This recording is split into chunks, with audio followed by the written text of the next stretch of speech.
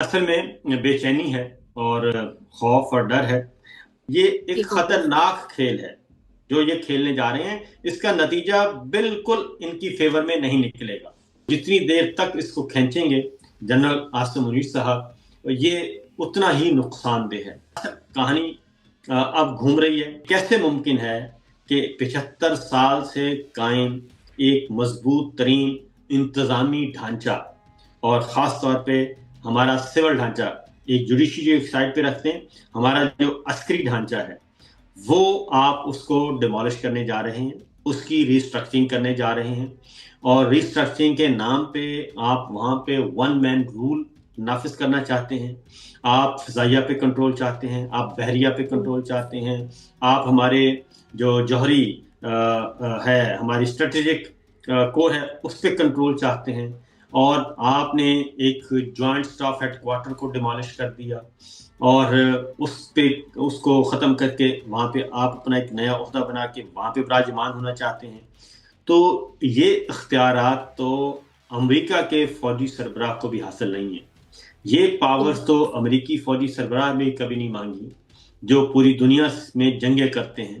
تو یہ کیا آپ پاکستان میں آپ کا ایجنڈا کیا ہے؟ ہڈن ایجنڈا کیا ہے؟ السلام علیکم ناظرین، آپ سیاست ڈاٹ پی کے دیکھ رہے ہیں. سینئر صحافی اور تجزیہ کار ثابت شاکر صاحب ہمارے ساتھ موجود ہیں. سر، بہت سی خبریں ہیں لیکن 26ویں آئینی ترمیم سے آغاز کر لیتے ہیں. 26ویں آئینی ترمیم، آپ کو لگ رہا ہے اس کے بعد معاملہ کوئی الٹا پڑ سکتا ہے؟ اور 27ویں ترمیم جو آ گئی ہے اس کے بعد معاملہ 28ویں ترمیم کی طرف بھی جا سکتا ہے؟ دیکھیں، یہ اصل میں بے چینی ہے اور خوف اور ڈر ہے.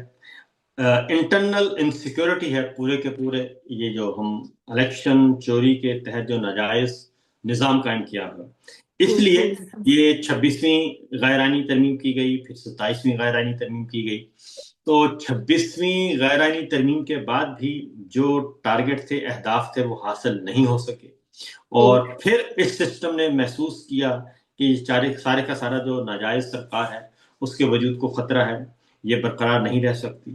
اور اسی لیے پھر 27ویں غیر آئینی ترمیم کر کے پورے کے پورے اداروں کو ڈیمولش کر دیا گیا. کیونکہ 27ویں غیر آئینی ترمیم جو ہے، یہ صرف ترمیم نہیں ہے. اس کو ترمیم کہنا میرا خیال ہے زیادتی ہے. یہ آئین کو انہوں نے ڈیمولش کیا ہے. یہ آئین سے مطابقت ہی نہیں رکھتی. آئین کا بنیادی ڈھانچہ جو ہے، اور آئین کا جو فریم ورک، ایک بنیاد، ہر چیز کی ایک بنیاد ہوتی ہے، یہ بیسک اس کے سٹرکچر کو انہوں نے ڈیمولش کرنے کی کوشش، اس کی روح جو ہے وہ ختم کر دی ہے. اس لیے اس کو ہم 27ویں غیر آئینی ترمیم کہہ ہی نہیں سکتے، اس کو ترمیم کہہ ہی نہیں سکتے. یہ ایک نیا ڈاکومنٹ ہے، اور نیا آئین بنانے کی، آئین کو نئے سرے سے ہی لکھنے کی کوشش کر رہے ہیں. کیونکہ آئین کیا ہوتا ہے؟ آئین ہوتا ہے ایک سوشل کانٹریکٹ، جسے اردو میں عمرانی معاہدہ کہتے ہیں، عوام اور ریاست کے درمیان. اور جب پاکستان دو لخت ہوا تھا اور بچا کھچا پاکستان تھا، اس اسمبلی نے یہ ایک آئین بنایا تھا اپنے لیے. کیونکہ اگر 1956 کے دستور پر عمل درآمد ہو جاتا اور اس کو نہ ڈیمولش کیا جاتا تو پاکستان میں کبھی مارشل لا نہ لگتا، اور پاکستان اس کے نتیجے میں جو 14 سال رہی ہے ڈکٹیٹرشپ، اور یحییٰ خان کے پاکستان توڑنے پہ جا کے ختم ہوئی، وہ کبھی نہ ہوتا. اور 1956 کا دستور ہم نے، جو لیجسلیچر نے بنایا تھا، جو پولیٹیشنز نے بنایا تھا، پولیٹیکل لیڈرز نے بنایا تھا، اور جو تحریک پاکستان کا حصہ تھے انہوں نے بنایا تھا. اور 49 میں ایک قرارداد پاس ہوئی تھی آبجیکٹو ریزولوشن کے نام سے، قرارداد مقاصد. وہ اس میں گائیڈ لائنز دے دی گئی تھیں کہ یہ ہمارا پاکستان کا سسٹم ہوگا. اور اس کے تحت 56 کا دستور بنا تھا، جسے جنرل ایوب خان صاحب نے فارغ کر دیا. اور پھر پاکستان جب دو لخت ہوا تو 73 کا آئین یہ بنا تھا. اس میں تمام پولیٹیکل پارٹیز اس وقت، خواہ وہ خیبر پختونخوا سے ان کا تعلق ہے، اس وقت صوبہ سرحد تھا، سندھ ہے، پنجاب ہے، بلوچستان ہے، تمام جو ہیں، اور اس میں پھر علماء کرام کو شامل کیا گیا تھا، اس وقت کے اسلامک اسکالرز کو شامل کیا گیا تھا. یہ صرف پارلیمنٹیرینز نے نہیں بنایا تھا 1973 کا دستور. یہ اس کی میں تاریخ بتا رہا ہوں، وہ جو ہم نے خود دیکھی بھی ہے اور پڑھی بھی ہے. اور یہ صرف پارلیمنٹیرین نہیں بنایا تھا، اس کے پیچھے بہت سارا ان پٹ تھا، اسلامی بڑے بڑے اسکالرز اور بڑے بڑے لیجسلیچر. اس کے بعد یہ بنا تھا، اسی لیے اس کو متفقہ دستور کہا جاتا ہے. اور ہم جائیں اگر پارلیمنٹ میں تو باقاعدہ ایک دستور گیلری بنائی ہے، ان لیڈرز کے آپ نے اسٹیچو رکھے ہیں اور وہ بیٹھے ہیں. تو یہ تھا ایک ڈاکومنٹ. ضیاء الحق صاحب آئے، انہوں نے اس ڈاکومنٹ کو معطل کیا، چھیڑا نہیں، اور اس میں ہلکی پھلکی ترامیم کی. مشرف صاحب آئے، انہوں نے بھی آئین کے کچھ آرٹیکل جو ان کی ڈکٹیٹرشپ پہ حائل تھے ان کو معطل کر دیا. ایسا کوئی کام نہیں کیا کہ سپریم کورٹ کا وجود ختم کر دیا ہو، جوائنٹ اسٹاف ہیڈ کوارٹر کا وجود ختم کر دیا ہو، اور سپریم کورٹ کو ہی ڈیمالش کر دیا ہو، عدلیہ کو ہی ڈیمالش کر دیا ہو، یا فوج کے 75 سال سے قائم اداروں کو ڈیمالش کر دیا ہو. ایسا کچھ نہیں کیا تھا. یہ پہلی دفعہ ایسا ہو رہا ہے. یہ جو جس کو یہ ترمیم کا نام دے رہے ہیں، یہ ترمیم نہیں ہے، نہ 26ویں نہ 27ویں. یہ ایک نیا آئین مسلط کرنے کی کوشش کی جا رہی ہے جو کہ مین میڈ اس طریقے سے ہے، اور ایک ایسے ارکان کر رہے ہیں، ایسا سیٹ اپ کر رہا ہے جن کا اپنا وجود ناجائز ہے اور کوشچنیبل ہے. 26ویں غیر آئینی ترمیم کو چیلنج کیا گیا تھا آئینی بینچ کے سامنے جو ان کا اپنا بنایا ہوا تھا.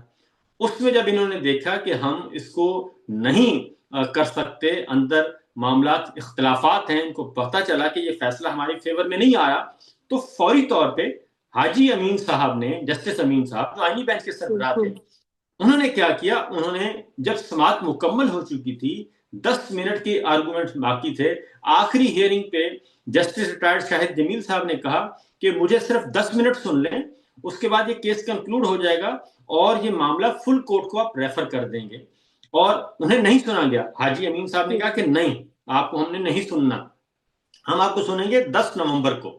تو 10 نومبر کے ذہن میں کیا تھا؟ اس کا مطلب یہ تھا کہ ان کے موجود تھا، ان کے دماغ میں حاجی امین صاحب اس کے پارٹ تھے، بینیفیشری تھے کہ یہ ایک ترمیم آ رہی ہے، اس لیے اس کو لنگر آن کر دیا جائے مقدمے کو. وہ مقدمہ لنگر آن کیا گیا. ان کا خیال تھا کہ 10 نومبر کو یہ منظور ہو جائے گی، لیکن 10 نومبر تک معاملہ پھر لٹک گیا، نہیں ہو سکی. پھر وہ سماعت غیر معینہ مدت کے لیے ملتوی کر دی گئی. اب انہوں نے ایک نیا کام کیا ہے. نیا کام یہ کیا کہ نئی فیڈرل کورٹ بنا دی اور سپریم کورٹ آف پاکستان کو ہی ڈیمالش کر دیا.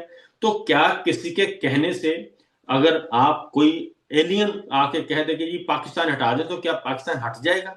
اس طرح سے تو کوئی نہیں ہوتا. اس لیے یہ سارے کا سارا نظام جو ہے یہ ایک الیکشن چوری کی بنیاد پہ ایک کام ہے. 8 فروری 2024 کا جو مینڈیٹ چوری ہوا اس کو بچانے کے لیے یہ سب کچھ کیا جا رہا ہے.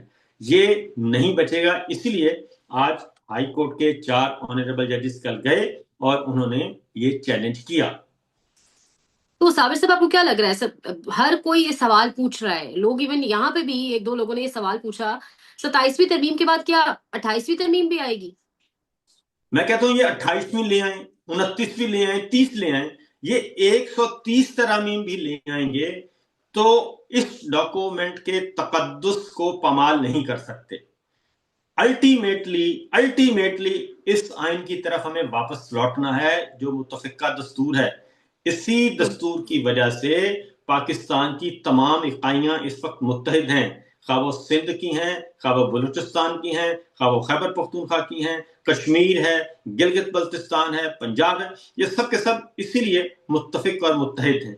اور اگر اس دستور کو آپ چھیڑیں گے تو اس کا مطلب ہے کہ آپ نے جو سوشل کانٹریکٹ جو عمرانی معاہدہ کیا ہوا ہے پولیٹیکل ایلڈرز کے ساتھ ریاست نے، اور آپ اس کو توڑ رہے ہیں. اور پھر آپ دیکھ لیں کہ بلوچستان میں کیا سچویشن ہے، اور آپ ان کو خارجی کا نام دیں، آپ کچھ بھی نام دیں، بلوچستان کی کیا صورتحال ہے. آپ کی بلوچستان میں 22 سال سے آپ کی ریٹ نہیں ہے، ریٹ آف دا اسٹیٹ نہیں ہے، ریٹ آف دا گورنمنٹ نہیں ہے. اس کے بعد آپ کی خیبر پختونخوا میں بڑی مشکل سے صورتحال قابو میں آئی ہے، لیکن وہ پھر دوبارہ آپ اگر اس طرف جائیں گے اور پختون عوام کو، کبھی بلوچ عوام کو گالیاں دیں گے. کشمیریوں کے ساتھ آپ نے کیا کیا اس کا نتیجہ آپ نے دیکھ لیا.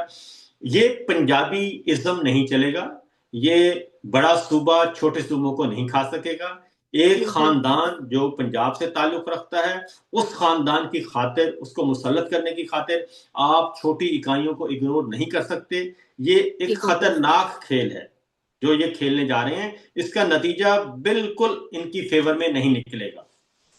نتیجہ فیور میں نکلے گا. سر آپ نے ابھی ذکر کیا بلوچستان اور سب جگہ کا بھی، ادھر سہیل آفریدی کے گرد بھی گھیرا تنگ کرنے کی کوشش کی جا رہی ہے. جو کچھ عمران خان کی بہنوں کے ساتھ کیا گیا ہم نے دیکھا, اور اس کے بعد جب تقریر کی گئی تو ملبہ الٹا انہیں پر ڈال دیا گیا اور الیکشن کمیشن کا نوٹس اب آ چکا ہے. جی ہاں, میرے سامنے یہ نوٹس پڑا ہے اور میں نے بھی یہ پڑھا ہے. اور دیکھیے کہ پنجاب کا الیکشن ہوگا تو پنجاب میں آپ مشینری کو کھلی اجازت ہوگی, اسٹیٹ مشینری کو, حکومتی مشین. بلوچستان میں الیکشن ہوگا, آپ کو کوئی مسئلہ نہیں ہے. سندھ میں الیکشن ہوگا, کوئی مسئلہ نہیں ہے. ابھی آزاد کشمیر میں آپ نے رجیم چینج آپریشن کے بعد سے لے کے کتنا نقصان پہنچایا, اور وہاں پہ الیکشن کمیشن نہیں بولا, نہ وہاں پہ آزاد کشمیر والا بولا, نہ ہمارے والا بولا. تو یہ صرف پی ٹی آئی کے خلاف یہ سارا کیوں کرتے ہیں؟ تو راجہ صاحب نے یہ نوٹس پڑھا ہے, اس میں سہیل آفریدی صاحب کی وہ تقریر میں نے بھی سنی ہے. اس میں صرف اتنا کہہ رہے ہیں کہ ابھی دھاندلی نہیں کرنی, اور کیونکہ مرکز مداخلت کر رہا ہے اور جو وہاں پہ افسر تعینات ہیں ان کو ریگولیٹ کرنے کی کوشش کر رہا ہے اور مشینری استعمال کرنے کی کوشش کر رہا ہے, اور ان کو معلوم ہے کہ وہاں کا الیکشن یہ جیت نہیں سکتے. لہٰذا پہلی بات تو یہ ہے کہ یہ حلقہ کون سا ہے, عمر ایوب خان صاحب کا. عمر ایوب خان صاحب کو 9 مئی کے فالس فلیگ آپریشن میں ان کو ہٹایا گیا, وہ لیڈر آف اپوزیشن تھے, اس لیے ڈی سیٹ کیا گیا, اس لیے سزا سنائی گئی کیونکہ وہ ہارڈ لائنر تھے. وہ ان کے کچے چٹھے کھول رہے تھے اور بتا رہے تھے کیسے انٹیلیجنس ادارے جو ہیں وہ مداخلت کر رہے ہیں, اس لیے ان کو ہٹایا گیا. سینٹ سے leader of opposition Shibli Faraz صاحب کو ڈی سیٹ کیا گیا 9 مئی کے فالس فلیگ آپریشن میں. پنجاب کے leader of opposition Ahmad Khan Bhachar صاحب کو ڈی سیٹ کیا گیا.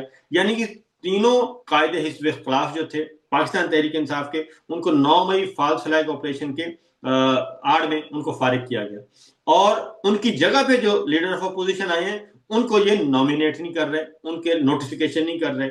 اب سہیل آفریدی صاحب کا بھی مسئلہ وہی ہے کیونکہ وہ پی ٹی آئی سے ہیں, اور ان کو آنے سے پہلے ہی ان کا راستہ روکنے کی کوشش کی گئی, ان کو دھمکایا گیا, لیکن وہ منتخب ہو گئے, ایک ووٹ وہاں سے نہیں ٹوٹ سکا.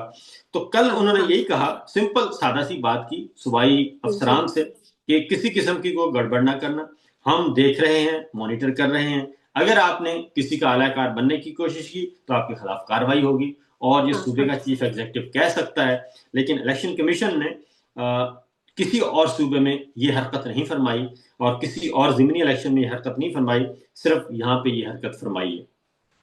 سر ویسے یہ چیف منسٹر پنجاب کہہ رہی تھی کہ ہم کسی انتقام پر یقین نہیں رکھتے, اور پھر ہم نے دیکھا ہے جو کچھ ہوا. اور دوسرا, جاتے جاتے بتائیے کے پی اسمبلی کیا خطرے میں محسوس ہوتی ہے آپ کو؟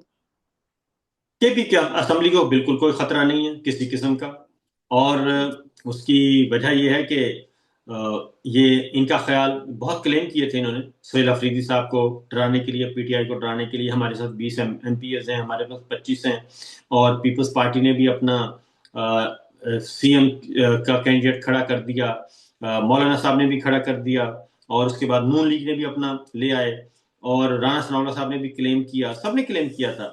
شیر افضل مرد صاحب نے کلیم کیا کہ یہ ہو ہی نہیں سکتا, تو وہ ہو گئے, اور ایک ووٹ بھی آگے پیچھے نہیں ہوا, 91 ووٹس انہوں نے حاصل کیے. اسی طریقے سے اس کے بعد سینٹ کا الیکشن ہوا ہے, اور سینٹ کے الیکشن میں بھی خرم جو ہیں وہ جیت گئے, اور ایک ووٹ بھی آگے پیچھے نہیں ہوا.